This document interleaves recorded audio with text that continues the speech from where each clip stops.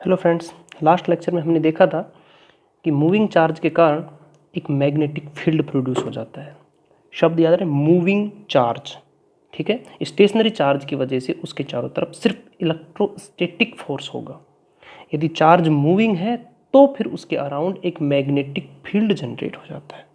आज हम पढ़ने वाले हैं कि एक मूविंग चार्ज को यदि मैग्नेटिक फील्ड में लेके आया जाए तो उसके ऊपर कितना फोर्स लगेगा।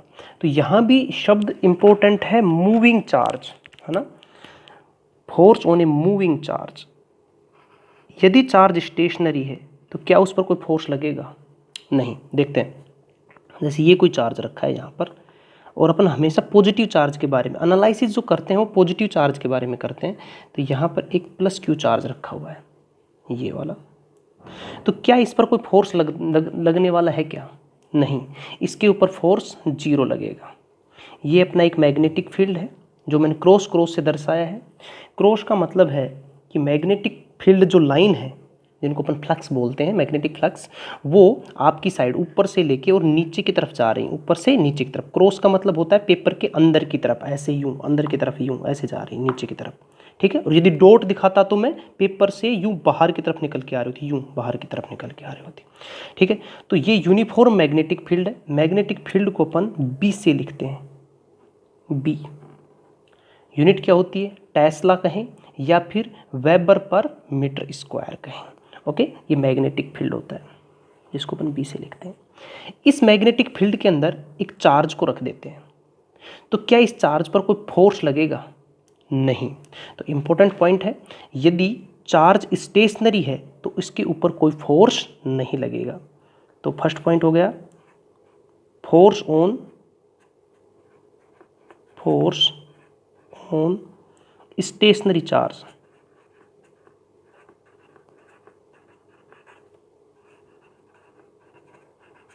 इन ए मैग्नेटिक फील्ड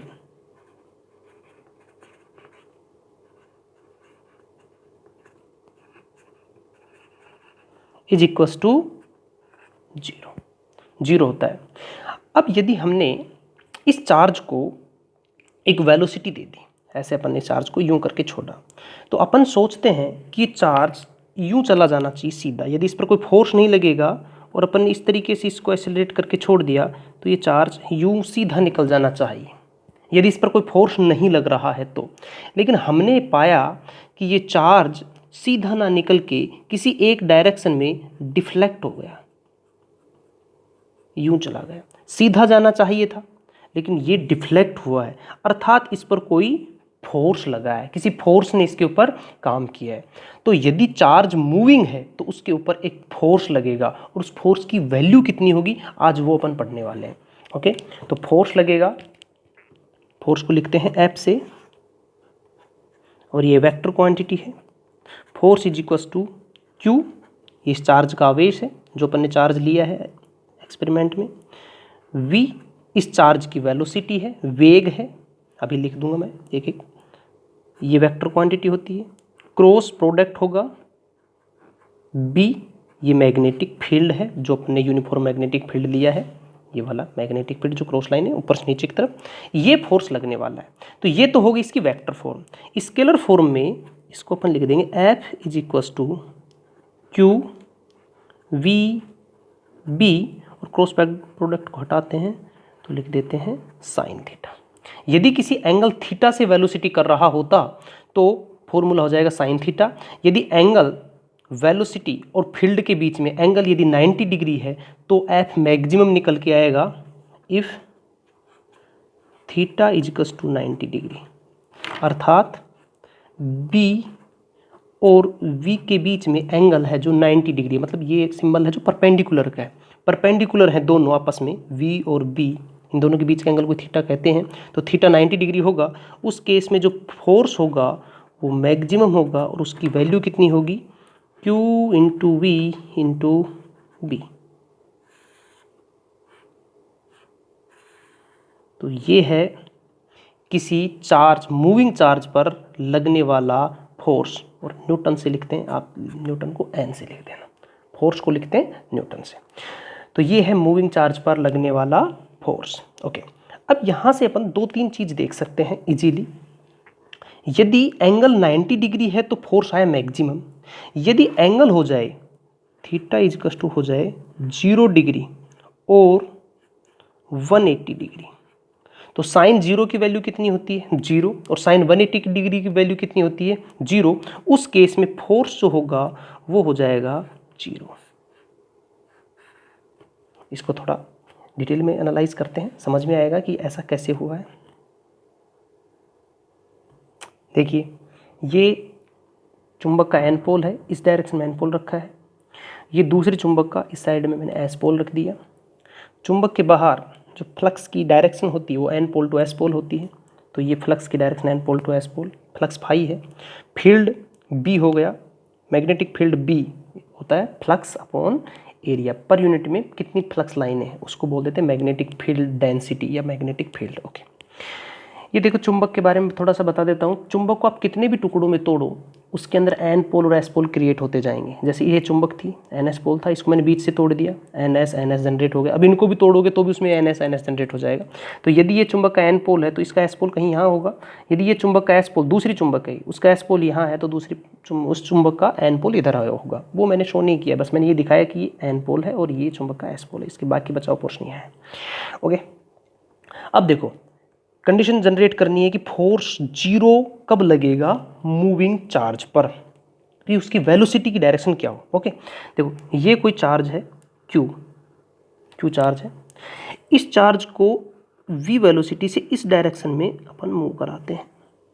इस केस में b और v के बीच में, ये देखो b भी इसी डायरेक्शन में है और v भी इसी डायरेक्शन में, दोनों के बीच में एंगल कितना है 0 डिग्री। तो थीटा की वैल्यू 0 डिग्री, तो साइन थीटा, साइन 0 की वैल्यू कितनी होगी 0, तो साइन थीटा में थीटा की वैल्यू 0 रखेंगे तो साइन 0 होगा। साइन 0 की वैल्यू हो जाती है 0, 0 से किसी भी संख्या गुणा करेंगे तो 0, तो एफ इक्वस टू वैल्यू आ गई 0।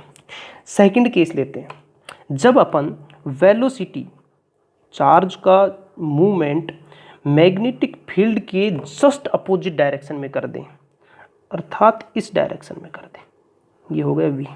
अब b और v के बीच में एंगल आएगा 180 डिग्री का। यहाँ देखो b की डायरेक्शन ये है, चार्ज की वेलोसिटी की डायरेक्शन ये है, तो इन दोनों के बीच में जो एंगल है, यहाँ देखो ये और दूसरा वेक्टर इस डायरेक्शन में हो, तो इन दोनों के बीच में एंगल कितना हो जाता है 180 डिग्री। तो यहाँ एंगल आ गया 180 डिग्री, और साइन 180 डिग्री की वैल्यू भी कितनी होती है 0, तो यहाँ भी फोर्स क्या आ जाएगी, इसकी जगह 0 रख दो, तो फोर्स की वैल्यू कितनी आ गई 0।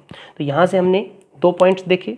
यदि चार्ज का मूवमेंट मैग्नेटिक फील्ड की सेम डायरेक्शन में है या जस्ट अपोजिट डायरेक्शन में है, उन दोनों ही केस में चार्ज पर लगने वाला फोर्स 0 होगा, फर्स्ट केस।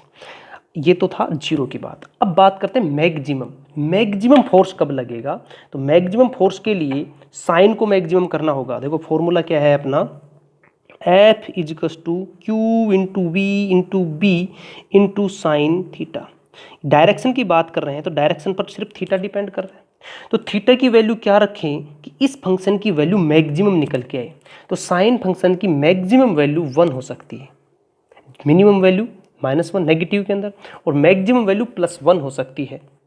ओके, तो मैक्सिमम वैल्यू 1 कब होगी, जब थीटा की वैल्यू हो 90 डिग्री, अर्थात v और b इन दोनों के बीच में जो एंगल थीटा है वो कितने डिग्री हो जाए 90 डिग्री। उस केस में मैक्सिमम फोर्स लगने वाला है। तो 90 डिग्री का मतलब समझें, 90 डिग्री का मतलब है कि ये चार्ज पैरेलल मूव ना करके परपेंडिकुलर मूव करे, अर्थात यदि ये चार्ज है q और इस पर फोर्स इस डायरेक्शन, वेलोसिटी इस डायरेक्शन में अपन इसको मूव कराएं, उस केस में b और v के बीच में ये देखो एंगल कितना डिग्री का आ गया 90 डिग्री का। ठीक है, यहाँ देखो ये तो थी b की डायरेक्शन, इस डायरेक्शन में हो गई v की डायरेक्शन, दोनों के बीच में एंगल कितना आ गया 90 डिग्री, और साइन 90 डिग्री की वैल्यू कितनी होती है 1। तो यहाँ f मैक्सिमम हो गया q into V into B, sine theta की वैल्यू क्या रख देंगे अपन 1, तो 1 से मल्टीप्लाई करेंगे सेम ही आने वाला है। तो f मैक्सिमम आ गया Q we B, newton. Force को यूनिट जो होती है वो न्यूटन होती है, एन से लिखते हैं। ओके, तो तीनों ही केस पढ़ लिए हैं अपन ने। जब थीटा की वैल्यू 0 डिग्री है, जब थीटा की वैल्यू 180 डिग्री है, जब थीटा की वैल्यू 90 डिग्री है, और जब थीटा की वैल्यू 270 का मतलब क्या है कि यदि वेलोसिटी नीचे की डायरेक्शन में हो जाए, ठीक है, नीचे के डायरेक्शन में हो जाए तो भी एंगल कितना हो जाएगा 270 हो जाएगा, लेकिन है तो परपेंडिकुलर ना, साइन 270 की वैल्यू भी -1 होती है लेकिन वैल्यू 1 नहीं होती है। ओके, तो इन दोनों केस में फोर्स निकल के आया था 0, हुआ क्या था, ये बी है, वी या तो इस डायरेक्शन में था या इस डायरेक्शन में था, इन दोनों ही केस में फोर्स 0 होगा, मूविंग चार्ज पर लगने वाला फोर्स, और इन दोनों केस में एफ मैक्सिमम होगा, लेकिन इस केस में पॉजिटिव मैक्सिमम और इस केस में नेगेटिव मैक्सिमम। ओके, जब एंगल की वैल्यू 270 है तो अब देखते हैं अपन डायरेक्शन ऑफ फोर्स, फोर्स की डायरेक्शन कैसे निकालें। ओके, फोर्स की डायरेक्शन निकालने के लिए फ्लेमिंग्स के लेफ्ट हैंड रूल को यूज करते हैं। लेफ्ट हैंड रूल को यूज करने के लिए अपने को दो क्वांटिटी गिवन होंगी, उनकी डायरेक्शन अपने को गिवन होती है, वो हैं बी, मैग्नेटिक फील्ड की डायरेक्शन अपने को गिवन होगी। Okay, first. सेकंड है चार्ज की वेलोसिटी की डायरेक्शन, कि चार्ज किधर मूव कर रहा है, वी, ये यहाँ वी वो वोल्टेज नहीं है, वेग है, वेलोसिटी है। ओके, वी की डायरेक्शन हमें गिवन होगी, और निकालनी किसकी डायरेक्शन है, फोर्स की डायरेक्शन हमें निकालनी होगी। Okay, left hand rule use करेंगे, और जो अपने को बायां है हाथ जिसको बोलते हैं, और यूज इस तरीके से करना है। देखो, ये अंगूठा है जो आपकी साइड में आ रहा है, ये 4 फिंगर है अपनी, और ये वाली जो है मिडिल फिंगर है, ये वाली जो ये मेरी साइड में आ रही है, ये इधर पेंसिल की साइड में, और ये वाली डायरेक्शन इधर जा रही है, और अंगूठा ये कैमरे की तरफ ऊपर की साइड में आ रहा है। ठीक है ना, तो जो मैंने ये डायग्राम में दिखाया इस तरीके से, तो यहाँ जो अंगूठा है वो लास्ट में ये डायरेक्शन अपने को बताएगा, जिधर अंगूठा होगा उधर डायरेक्शन फोर्स की निकल के आएगी, और फोर्स की डायरेक्शन ही हमें निकालनी है। ओके, गिवन किस किस की डायरेक्शन होगी, एक तो बी की डायरेक्शन, ये हमें पता होगा। सबसे पहले इस उंगली को सेट करते हैं बी की डायरेक्शन में, ये फर्स्ट स्टेप हो गया अपने को, बी को सेट कर लो बी की डायरेक्शन में। ओके, सेकंड स्टेप में ये वाली जो अपनी फिंगर है जिसको मिडिल फिंगर बोलते हैं, मिडिल फिंगर को सेट कर दो वी की डायरेक्शन में, वेग की डायरेक्शन में। ठीक है, ये सेकंड स्टेप होगी अपनी।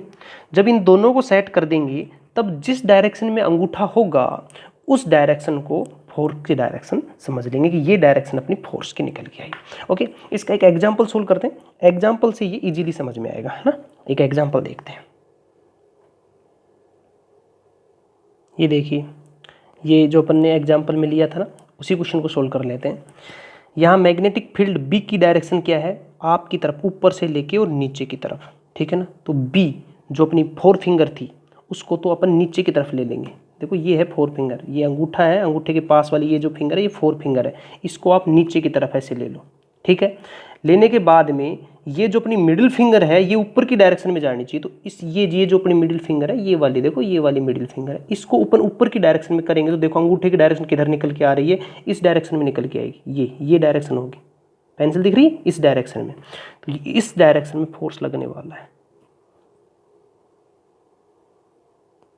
ठीक है, इस डायरेक्शन में देखो, इस डायरेक्शन में फोर्स लगेगा।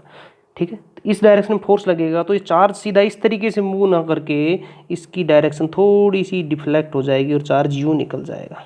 स्टार्टिंग में मैंने जो डायरेक्शन ली थी वो मैंने ऐसे ही ले ली थी समझाने के लिए, एक्चुअल में ये इस डायरेक्शन में निकलेगा।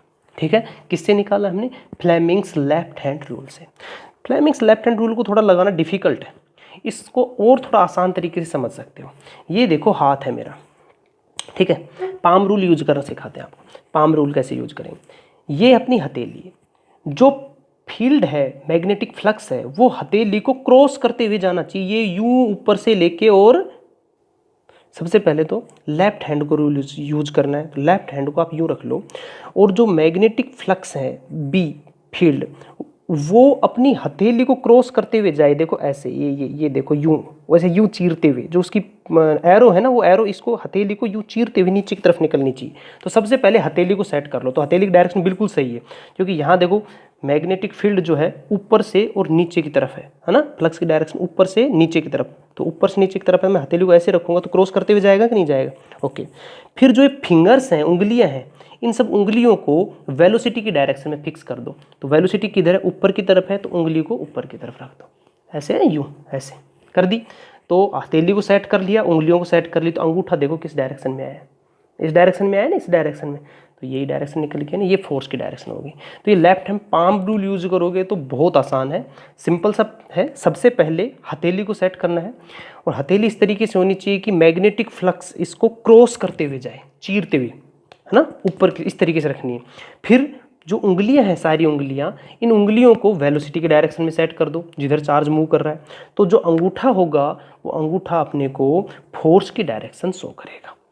ओके, तो ये थी मूविंग चार्ज पर लगने वाला फोर्स कितना होगा और उसकी डायरेक्शन क्या होगी।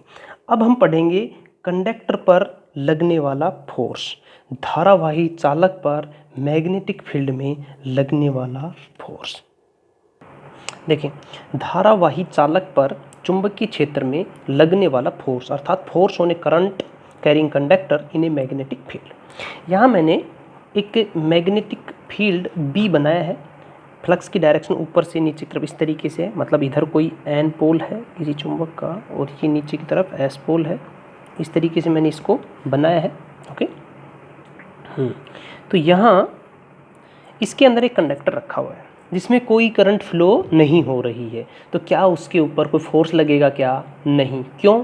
क्योंकि यदि कंडक्टर में करंट फ्लो नहीं हो रही अर्थात चार्ज तो है लेकिन वो मूव नहीं कर रहा है। ठीक है, करंट फ्लो होगी तो चार्ज का मूवमेंट होगा। चार्ज, करंट की डेफिनेशन क्या है? करंट की definition he flow of charge है। ठीक है, तो यदि फ्लो ऑफ चार्ज नहीं है अर्थात चार्ज में कोई वेलोसिटी नहीं है, उस केस में चार्ज पर कोई फोर्स लगता है क्या? नहीं, अभी थोड़ी देर पहले ही पढ़ा था। तो यदि इसमें कोई करंट फ्लो नहीं हो रही अर्थात कोई मूविंग चार्ज नहीं है तो इस कंडक्टर पर कोई फोर्स नहीं लगेगा, आराम से कंडक्टर रखा रहेगा। बहुत अच्छी बात है। लेकिन यदि इस कंडक्टर में करंट फ्लो होने लग जाए अर्थात चार्ज मूव करने लग जाए तो चार्ज के ऊपर फोर्स लगेगा। और यदि चार्ज पे फोर्स लगेगा तो बहुत सारे चार्ज इस कंडक्टर के अंदर, तो सारे चार्ज के ऊपर फोर्स लगेगा तो ये कंडक्टर एक साइड में फोर्स फील करेगा। तो वो फोर्स की डायरेक्शन क्या होगी और उस फोर्स की वैल्यू क्या होगी ये हमें देखना है। ओके, तो देखते हैं। तो सबसे पहले अपन मान लेते हैं कि इस कंडक्टर के अंदर इस तरीके से करंट फ्लो कर रही है। इस तरीके से करंट फ्लो करने का मतलब क्या हुआ? क्रॉस बनाने का मतलब किस कंडक्टर के अंदर करंट ऊपर से नीचे की तरफ, यूं नीचे की तरफ जा रही है और उसकी वैल्यू मान लेते हैं आई। ओके, तो यदि करंट की डायरेक्शन पता हो और मैग्नेटिक फील्ड की डायरेक्शन निकालनी हो, अपन ने पढ़ा ही था। और स्टेड ने क्या कहा था? और स्टेड साहब ने कहा था कि कोई कंडक्टर है, जैसे ये कोई कंडक्टर है, इसमें यूं करंट फ्लो हो रही है तो इसके चारों तरफ, इस कंडक्टर के चारों तरफ एक मैग्नेटिक फील्ड जनरेट हो जाएगा। और उसकी डायरेक्शन कैसे निकाल रहे थे अपन? राइट हैंड थंब रूल से। राइट हैंड थंब रूल से कैसे निकाल रहे थे कि करंट की डायरेक्शन पता हो तो उसकी डायरेक्शन में अंगूठों को रख देंगे तो उंगलियां मैग्नेटिक फील्ड की डायरेक्शन बताएंगी। या हाँ चलो अपन इसी तरीके से करते हैं। तो करंट की डायरेक्शन किधर है? नीचे की तरफ है, तो अंगूठे को तो नीचे की तरफ कर दो ऐसे। और जो उंगलियां हैं ये अपने को किसकी डायरेक्शन बताएंगी? मैग्नेटिक फील्ड की डायरेक्शन बताएंगी। तो इस करंट कैरिंग कंडक्टर के कारण एक मैग्नेटिक फील्ड जनरेट होगा और जिसकी डायरेक्शन क्या होगी? ये होगी। ये किससे निकाली हमने? राइट हैंड थंब रूल से निकाली। अंगूठे को तो करंट की डायरेक्शन में कर दिया और उंगलियों को घुमा दिया।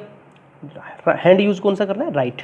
तो अंगूठे को तो करंट की डायरेक्शन नीचे की तरफ है ना, और उंगलियों को घुमा दो तो देखो उंगलियां घूमी, ये घूमी उंगलियां, तो इस तरीके से ये करंट की फ्लक्स की डायरेक्शन होगी। तो अब यहाँ आप देखोगे ध्यान से, तो जो चुंबक की वजह से एन पोल और एस पोल की वजह से जो फ्लक्स है वो ऊपर से नीचे की तरफ है। तो इस साइड में देखो आप, इस करंट की वजह से जो फील्ड बना वो भी यहाँ देखो इस डायरेक्शन ऊपर से नीचे की तरफ ही। मेन फील्ड था वो भी ऊपर से नीचे की तरफ, यहाँ भी ऊपर से नीचे की तरफ। तो ये दोनों क्या हो गए? ऐड हो गए इस डायरेक्शन। यहाँ क्या हो गए? ऐड हो गए। लेकिन यहाँ देखो इस पॉइंट पर, यहाँ जो फ्लक्स की डायरेक्शन है इस करंट की वजह से ये ऊपर की तरफ है, देखो ये ऊपर की तरफ है। लेकिन जो मेन फील्ड है वो ऊपर से नीचे की तरफ है। तो यहाँ ये दोनों आपस में क्या हो रहे हैं? सब्सट्रैक्ट। ठीक है, सब्ट्रैक्ट हो रहे हैं, घट रहे हैं। यहाँ ऐड हो रहे थे और यहाँ सब्ट्रैक्ट हो रहे हैं। अर्थात इस साइड में तो फील्ड बढ़ जाएगा और इस साइड में फील्ड लाइन कम हो जाएंगी। तो देखो कुछ इस तरीके की सिचुएशन आएगी करंट फ्लो होने पर। ये अपन ने करंट आई फ्लो करा दी, तो उस केस में ये जो इस साइड के अंदर तो फील्ड लाइन थी वो जुड़ गई आपस में, ठीक है। तो यहाँ तो फील्ड लाइन बढ़ जाएंगी, ये देखो, और यहाँ पर घट जाएंगी, तो ये भी इस साइड से निकलेगी और यहाँ पर ये घट गई,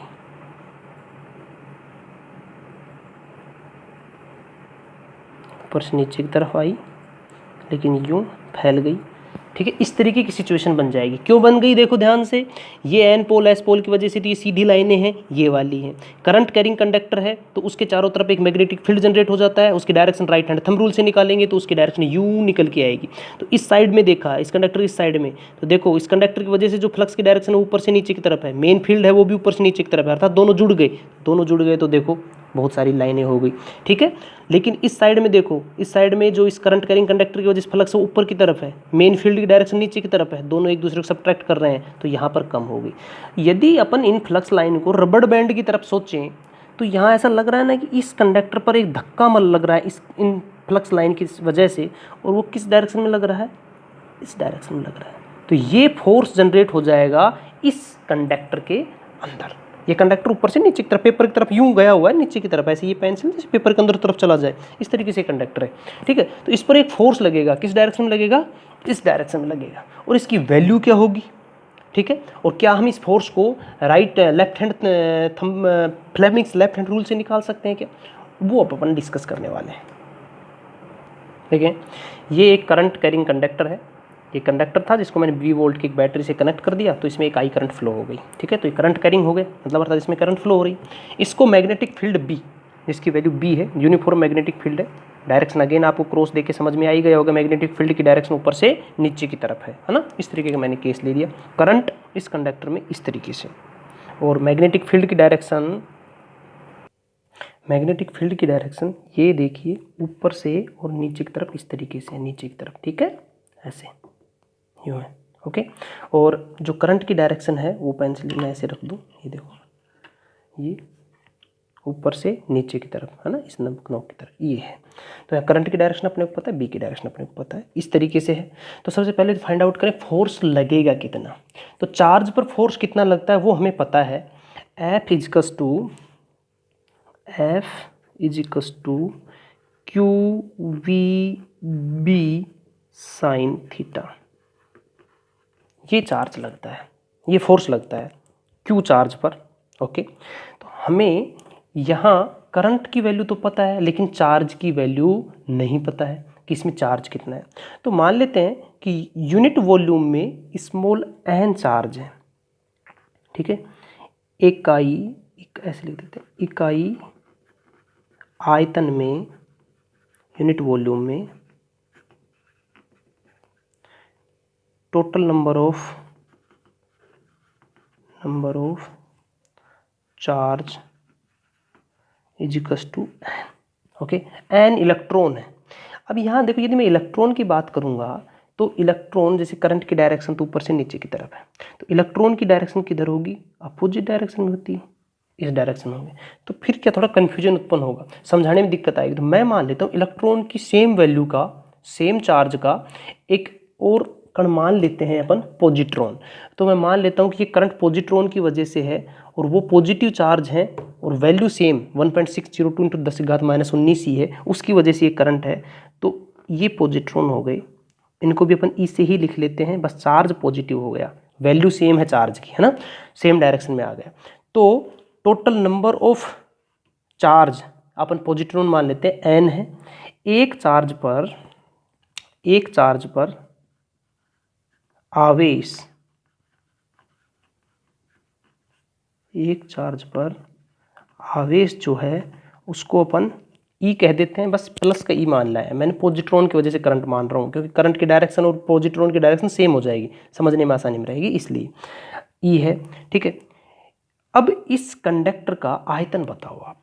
तो आयतन बताने के लिए हमें दो चीज़ चाहिए, एक तो इस कंडक्टर की लेंथ, तो लेंथ तो मैं मान लेता हूँ इस कंडक्टर की एल है, स्मॉल एल से लिख देता हूँ, ये कंडक्टर की लेंथ होगी। दूसरा क्या चाहिए, इसके ये अनुप्रस्थ काट का क्षेत्रफल, ये वाला क्षेत्रफल चाहिए। मान लेते हैं ये वाला क्षेत्रफल ए है, ठीक है। तो इस केस में कंडक्टर का आयतन,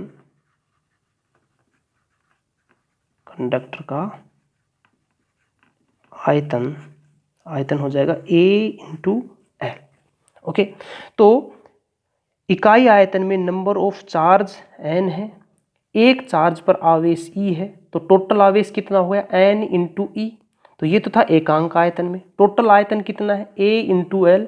तो टोटल आवेश कितना हो गया, टोटल आवेश ये हो गया n e a into L.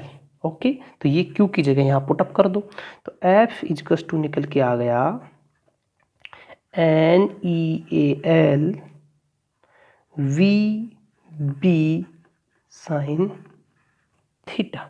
Okay, यहाँ जो v है ये चार्ज का वेग है, वेलोसिटी बोल दें या वेग बोल दें। मेरे लास्ट लेक्चर सुने हो तो मैंने वहाँ बताया था कि जो अपना इलेक्ट्रॉन है उसकी वेलोसिटी को ड्रिफ्ट वेलोसिटी vd से लिखा था।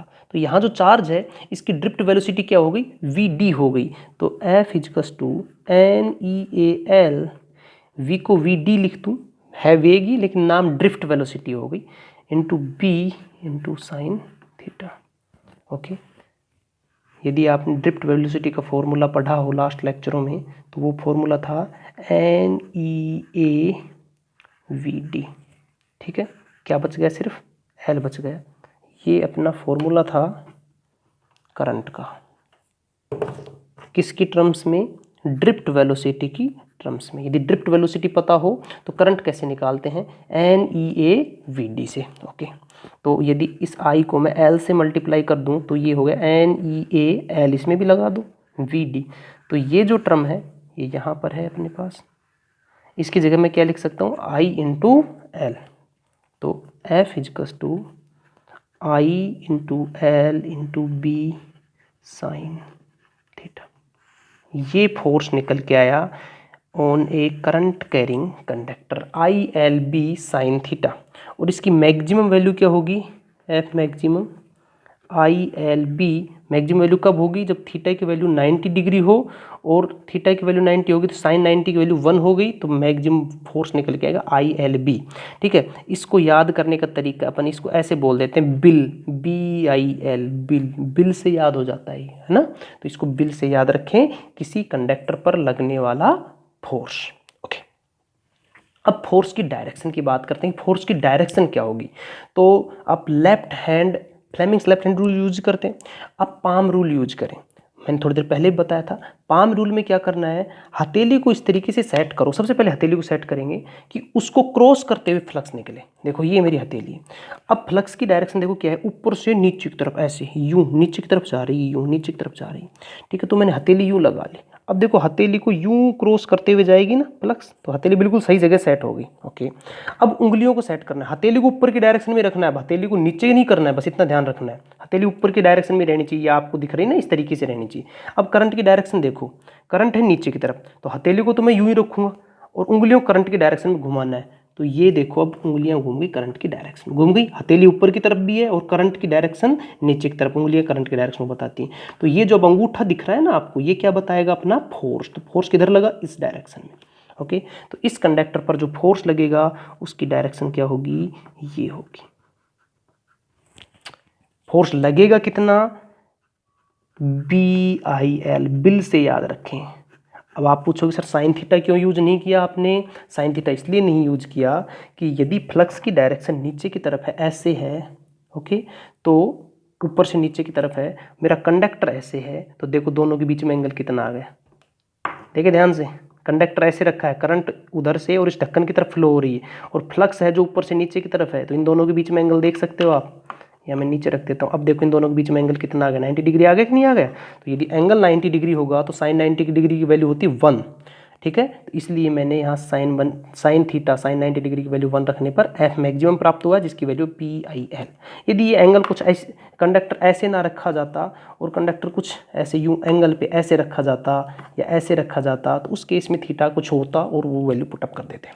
Thank you friends, next class में अपन पढ़ेंगे इलेक्ट्रोमैग्नेटिक इंडक्शन।